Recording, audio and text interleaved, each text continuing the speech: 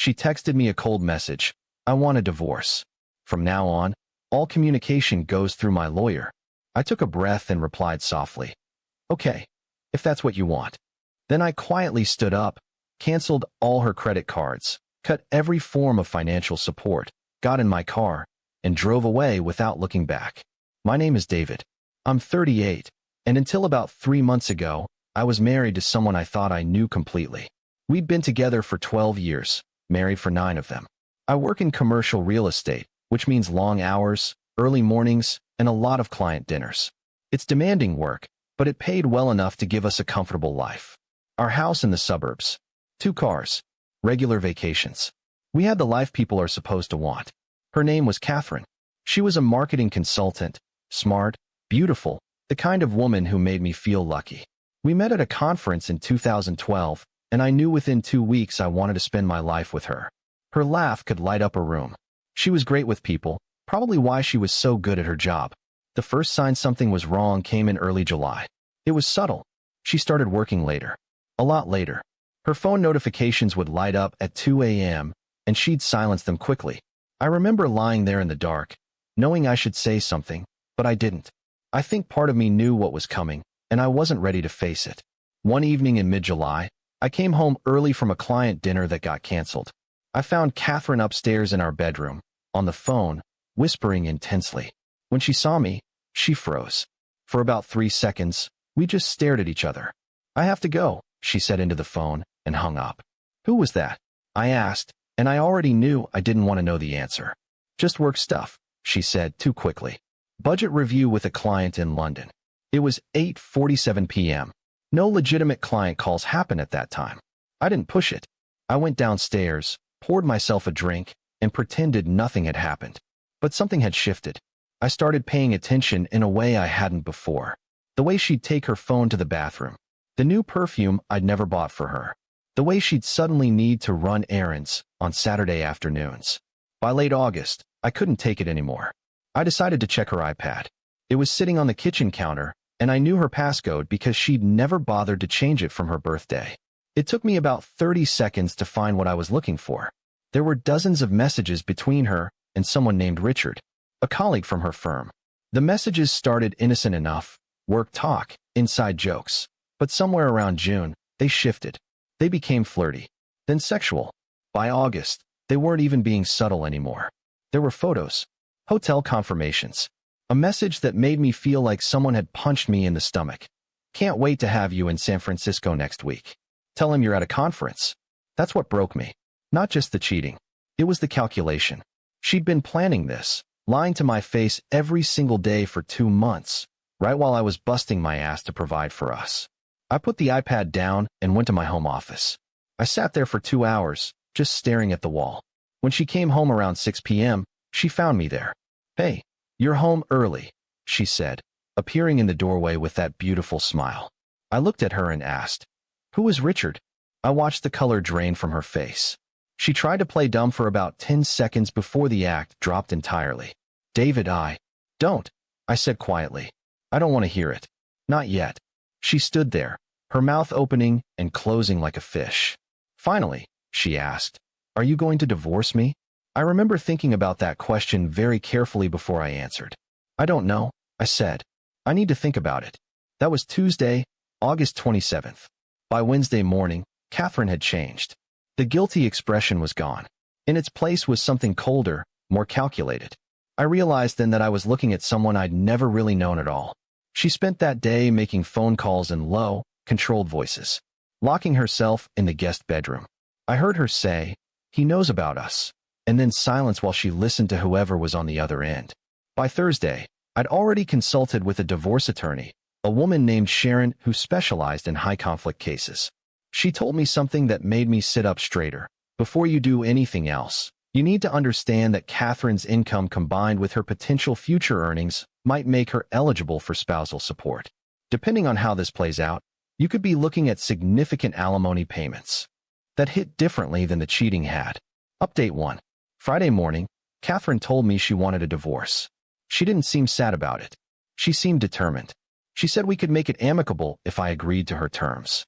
When I asked what those terms were, She pulled out a document her lawyer had apparently prepared overnight.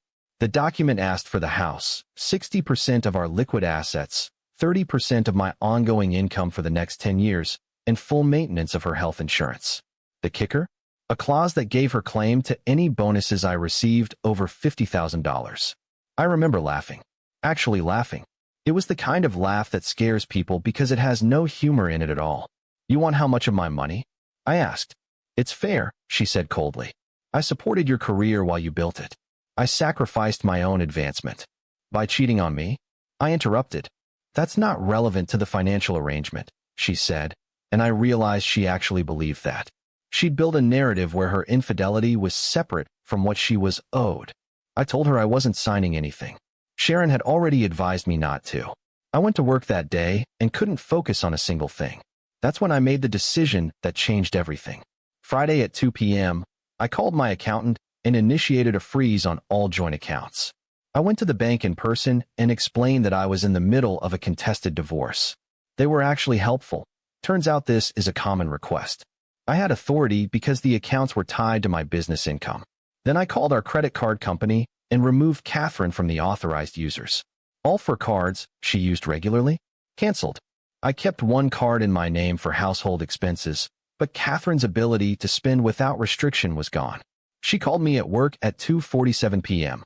She was furious. What the hell did you just do? She screamed. I took steps to protect my assets, I said calmly. You cancel my credit cards? Are you fucking insane? No. I'm being strategic. Just like you were being strategic when you were planning trips with Richard on my dime. My lawyer is going to have a field day with this, David. Controlling behavior. Financial abuse. This is exactly the kind of thing that gets thrown in front of a judge. Then see you in court, I said, and I hung up. Sharon called me about an hour later, and I thought I was about to get chewed out. Instead, she surprised me. That was actually perfect, she said. You didn't freeze her personal account. You only restricted joint spending. You didn't take money that was hers. Any judge would understand that. Keep documentation of everything. Update 2. The weekend was quiet. Too quiet. Catherine stayed in the guest bedroom. We didn't speak. When she tried to go out on Saturday morning, I asked where she was going. Out, she said. With whose money? I asked. Because I don't think Richard can afford to support you on his salary. She left anyway on foot. She was gone for 4 hours. When she came back, she looked exhausted and angry. By Monday morning, everything had escalated. Her lawyer sent a formal letter demanding that I restore her access to funds for household expenses and basic living needs. The letter accused me of marital misconduct and threatened to seek temporary emergency orders for spousal support. Sharon read the letter and said, "They're getting aggressive. That means they know they're in a weak position. They're trying to frighten you into a quick settlement." Catherine asked me if we could talk that Monday evening. We sat in the living room, the same room where we'd had so many normal conversations. "I can't live like this," Catherine said. "I can't live in this house with no money. It's humiliating." "You should have thought about that before you decided to blow up your marriage," I replied. "It's not that simple," she said. "Richard and we weren't planning for this to happen. For me to find out." I finished. "For there to be consequences?" She was quiet for a moment. Then she said something that revealed exactly who she was. "I deserve to be happy, David. I deserve to build a life with someone who makes me feel alive. You were comfortable, but you weren't making me happy." I remember staring at her, thinking about all the ways I'd tried. The vacations, the date nights, the way I'd rearranged my career around her schedule when her firm landed a major client. "Okay," I said. "I'm glad we're being honest now." By Tuesday, Catherine filed for an emergency order claiming financial abuse. The filing requested immediate restoration of funds, temporary spousal support, and attorney's fees. The court date was set for September 24th. Update 3. What happened in the weeks leading up to the hearing was a masterclass in legal warfare that I never wanted to become part of. Sharon filed our response, which included documentation of the affair. We included dates of hotel charges, screenshots of messages, everything. We also filed a counter-motion requesting that Catherine's attorney be sanctioned for making false claims. Catherine's lawyer fired back with a motion claiming that the discovery of the affair was irrelevant to the financial matters, and that my documentation was obtained through unauthorized access. The legal fees were piling up. My accountant was processing thousands of dollars per week in attorney costs. Sharon assured me it was worth it, that Catherine's aggressive tactics were actually helping my case. But what really changed things happened on September 17th, a week before our hearing. I got a phone call from a number I didn't recognize. It was a man who introduced himself as Richard.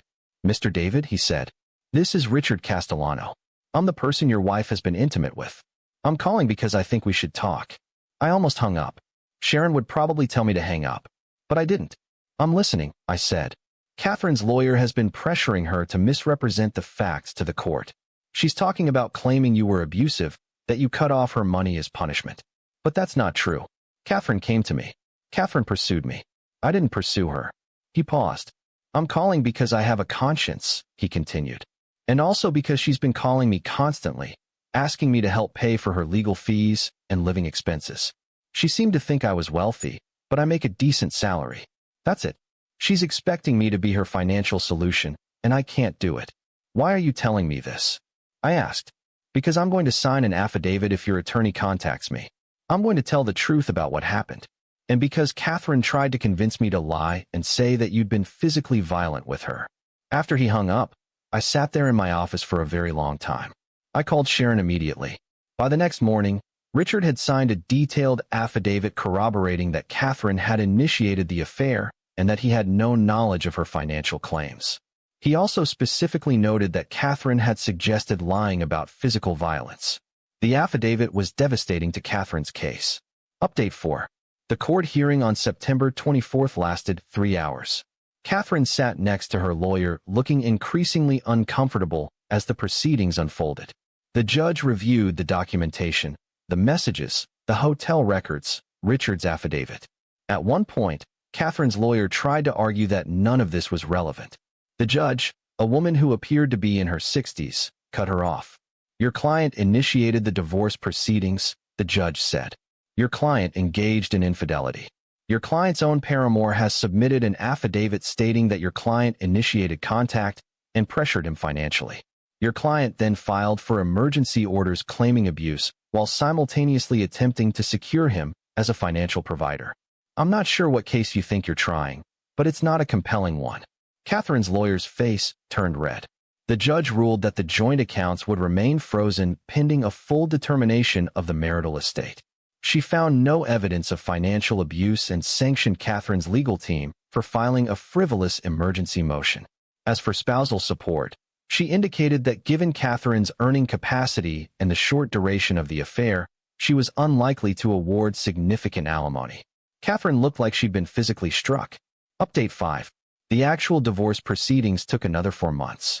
Catherine moved out and into an apartment with Richard, which was its own source of drama.